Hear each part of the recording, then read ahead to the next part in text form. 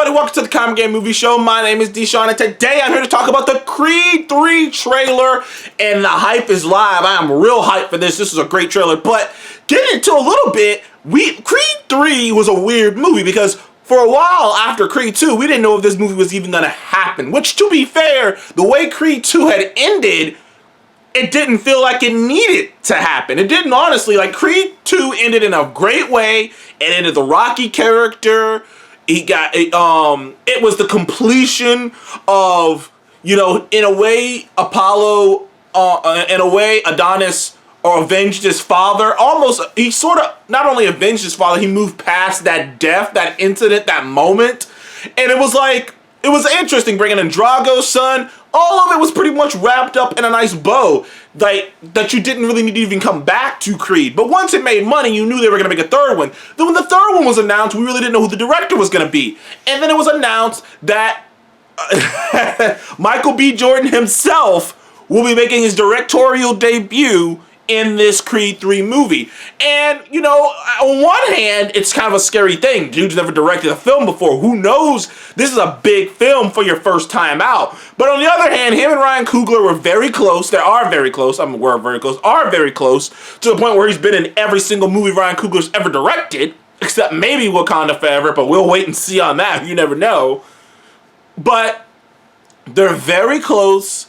So you feel like he's at least... He has, if anyone else other than is going to have a good vibe on this franchise and what needs to be done and what needs to be seen and how it needs to be seen and the messages it needs to put across, it would be Michael B. Jordan. The only other person who has been on the project, who has been around the project as long as he has, that intimately. So honestly, I wouldn't put it to completely past that this will turn out great. Obviously, it's been working out pretty good for some other first-time directors. Right now, being a first-time director isn't as crazy as it sounds. Obviously, with Jordan Peele, and obviously, and honestly, Superwise's favorite person in the world, hopefully Mr. Fantastic, John Krasinski.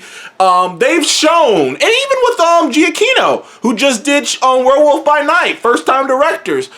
Olivia Wilde, Superbad, first-time directors. First-time directors in the last 5 years or so, 5 to 6 years, have really been knocking it out of the park. Like, it's weird, and a lot of times it's like actors and stuff, so, you can't really tell how it's gonna go. It's not, being Michael B. Jordan's first-time directing isn't really a death nail. It really doesn't say anything about the movie other than that is something to keep your eye on, is that this is a first-time director.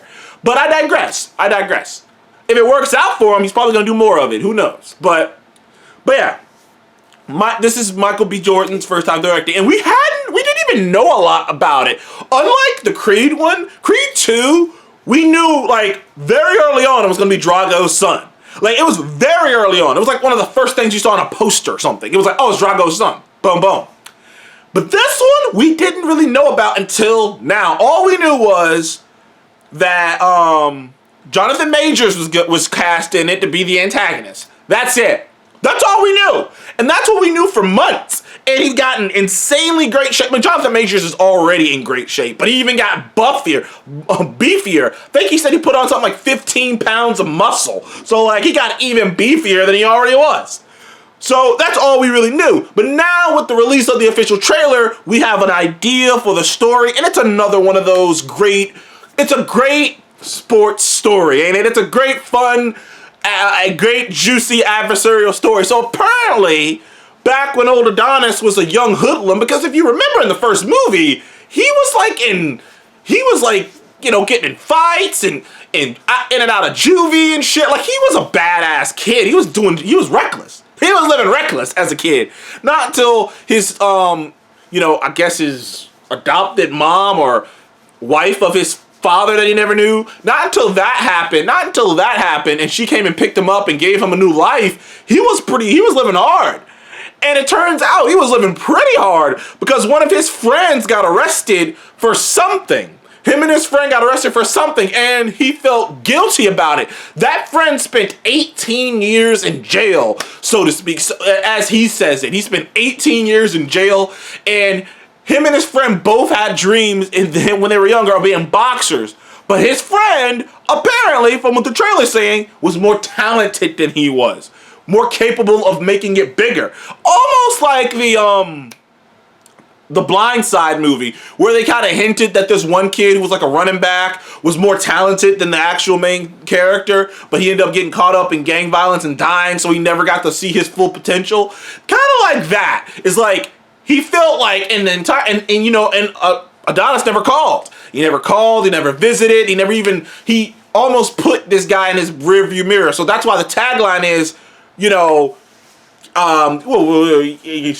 something, what is it? Something in the past? Like mistakes from the past, coming up from the past, because essentially Adonis's friend feels like you took you lived my life.